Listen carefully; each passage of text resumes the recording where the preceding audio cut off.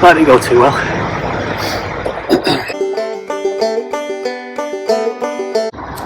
So with these buildings originally being called Oak Mount, the one thing that we knew we wanted when we started was 2 oak gateposts, so either side there of the opening. Now, as with everything else, the price of oak in the last couple of years has just skyrocketed. So the way that we overcame that a little bit was to buy freshly sawn green oak, because you can pay an awful lot if you get it planed all round, you have any sort of detailing put on it, because I'll do the detailing myself. If anyone's interested, these are 8" by 8" by 3 meters. It's a bit of a mix of imperial and metric there, so 225 by 3000. I'll put a time lapse in of me planing them down, so I've used the trusted DeWalt planer just to take the edge off. You can see sort of this isn't quite the finished level, but it ends up looking like that after some planing, and when they arrived they were like this. I'm going to chamfer the edges and put a 4-way pyramid top on them as well, so I'll try and film some of that footage as well. But these will be going either side of the entranceway. Sub base is down now, so I'm just waiting for some grano and then the block to arrive, and Tom and Finn are going to carry on with that. But yeah, these 2 posts are going there, which means I need to dig a 1 meter deep hole in front of each of those 2 pillars to fit these things in. But first things first, I need to do a little bit of finessing and get them exactly how we want them before we put them in the ground.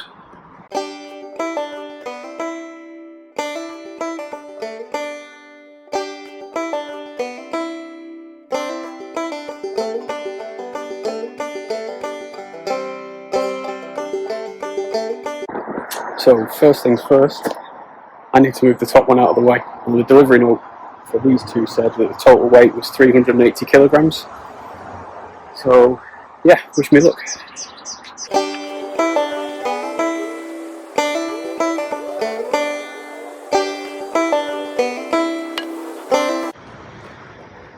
That didn't go too well. So I'm going to try that again, but engage the brain this time. If you're working on your own and you're moving heavy stuff, 1, get a dolly, a proper dolly with big chunky tyres. Failing that, and if it's something long and heavy like this, scaffold poles are great.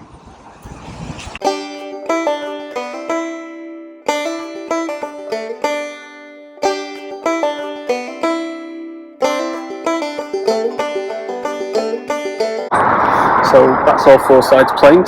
Excuse the sweat, it's 25 degrees here today. I have not got the hair colour for this heat. Yeah, so we're all 4 sides planed. There's a little bit of finessing to do just to get out some of the ridges that are left by the planer. So I'm going to knock it down to less than 1/4 of a mil. Just take off some of the high spots, and then I'll go through. I'm going to put the pyramid top on and work out the dimensions to make it match up with the pillars down there.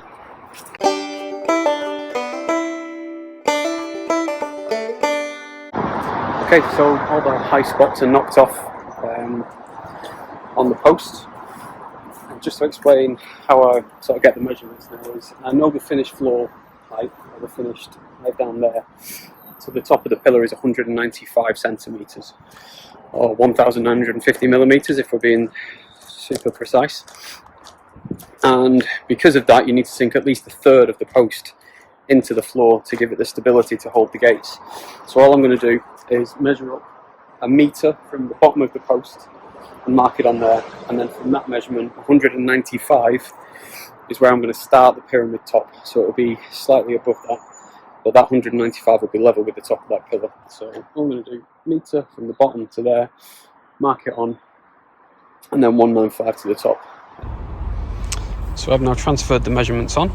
So from the bottom to this first line is 100 centimetres, and then another 195 centimetres to this next line. Now you usually or ordinarily would use a set square to transfer these on, but I had my handy handsaw. Most people will already know this, but if you don't, it's useful to know. If you put a handsaw against a piece of wood, it will always give you a right angle to the edge. Also, you can do 45 degrees by using the handle side.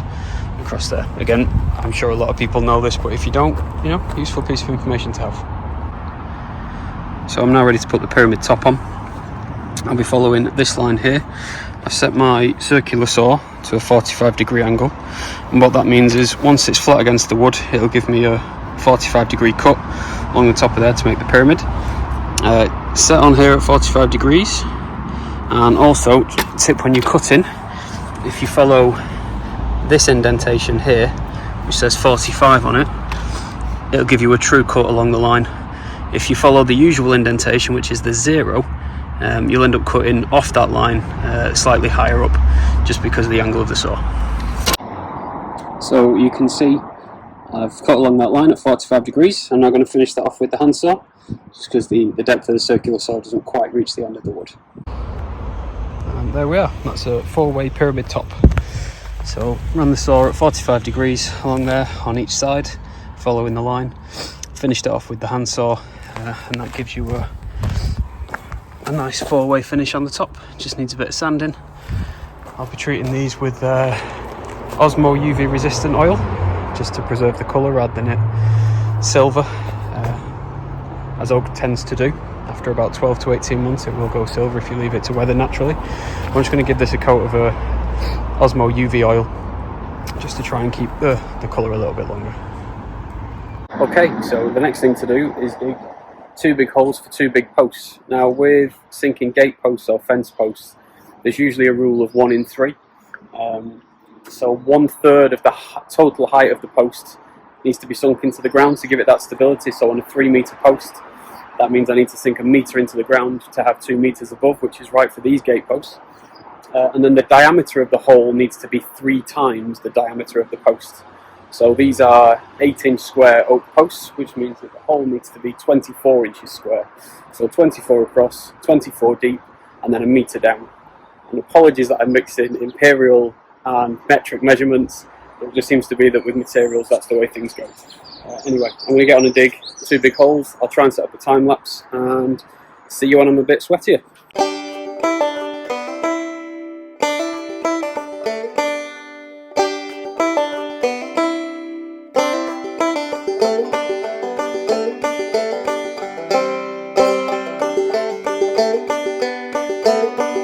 Right then, that's hole number 1 dug. I'll just give you a quick look, as interesting as a hole in the ground can be. So you can see from the bottom to our finished floor level we're 100 centimetres. Then going right then, hole number 1 finished. I'll give you a quick look, as interesting as a hole in the ground can be. So you can see there we've gone across 24 inches or 2 feet on the width, and the depth from the post out is 16 inches. Now it would have been 24, but there's already a concrete foot in there for the brick pillar, which means that I'll give plenty of stability, 1 metre down for the oak post once that's in. So all that's left to do is dig hole number 2, and then get the posts in and fill them with postcrete, wait for that to set, and we should have 2 nice strong gate posts.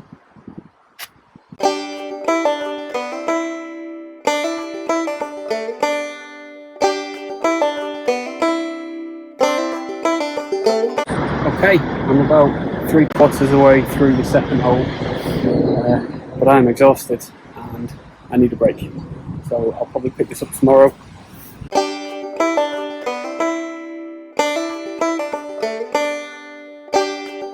So full disclosure, I completely forgot to film anything for the past few hours. The 2 holes over there are dug down to 1 metre deep now. I've also come back to the oak posts, sanded all 4 sides to get them nice and smooth. Put a slight curvature on the corners as well, just to soften them up a little bit. And I've also applied the first post with the Osmo UV resistant oil. I'll give you a look at it so you can see a before and after. So this is the post that's been stained with the Osmo UV oil. I'll get a shot of that in a second, and this is the one that I'm just about to stain. You can see that it's been sanded nice and smooth. I've put a slight curve on the edge as well, just to soften those corners, and this one's ready for a coat of oil now. I'll just give you a shot of the 2 side by side, the before and after, Also paying special attention to get plenty of oil on the cap, on the edge, because that'll be receiving most of the rain, and also to completely seal the bottom as well, as that'll be in the ground. There's plenty on the bottom, so that should protect it nicely from any moisture, and the oil itself protects it from any UV, stop it silvering overly quickly.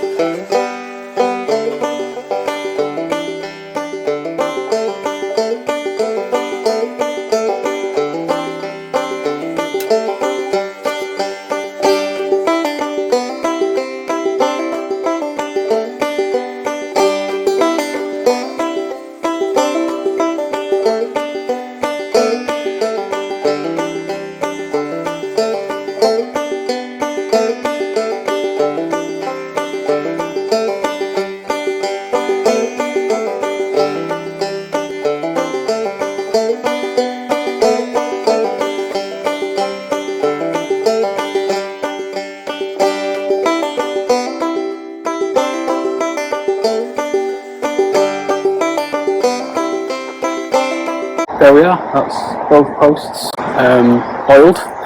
So I've used Osmo UV protection oil, it's 420 clear satin. It brings out the grain really nicely, and like I say, it does maintain the colour for a little bit longer and stops it from weathering with the UV from the sun.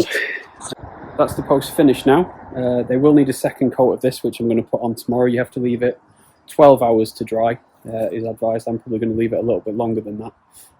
Well ventilated, plenty of airflow around it, but that should do it. So all I've got left to do now is take out the two protruding nibs that are on the foundations. They jut out a little bit proud of the two brick pillars. So to get the post flush up against them, I need to take off probably about 2 or 3 inches worth of concrete that just sticks out that little bit too much. I'll do that with a SDS drill and a chisel attachment on the end of it, just to take it down nice and flush, and then I can get the two posts in, get the postcrete in to secure them in place, nice and plumb, and then leave it to set.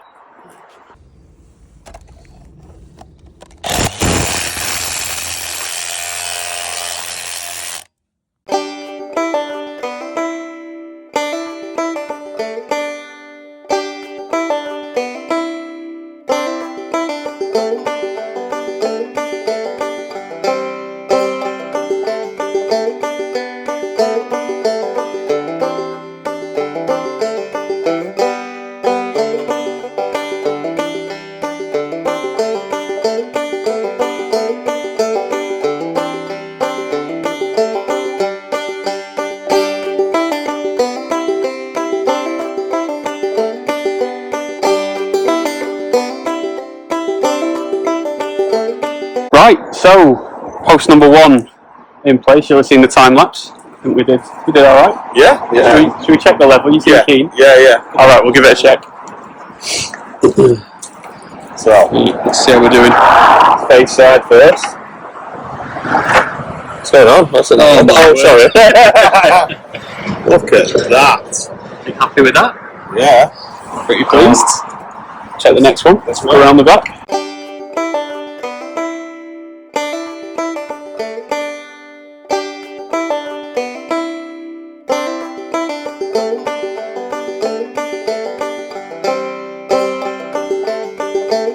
Right then, so that's the last bit of the process done. Massive thanks to Tom and Finn for getting these things in. They've done a great job. Concreting, perfectly plumb. I'll give you a bit of a look. So the up and down, and this one as well. I have also measured in between the very top and the very bottom of both posts, and they are within 1 millimetre of plumb, which We're not happy with. it's unacceptable. We're going to have to take them out. Yep. What are you doing? I reckon Finn can do that. Yeah. But 1 millimetre is not too bad, I don't think. Not too bad. I think there must be like a dip in the post or something there. Yeah, it's a bit of curvature. Yeah, Whoever finished them off must have done a poor job on it. But yeah, so there's a view of them. All finished and in. I think they look great. Yeah. So do I. And this man has told me to say like and subscribe. Yeah. There will be more videos coming. I'll give a full tour of this place and the work that's gone in so far and the work that's yet to do. So yeah, thanks to Tom for all his help. No worries. And thanks to Finn for all his help. Yep, like and subscribe, and see you on the next one.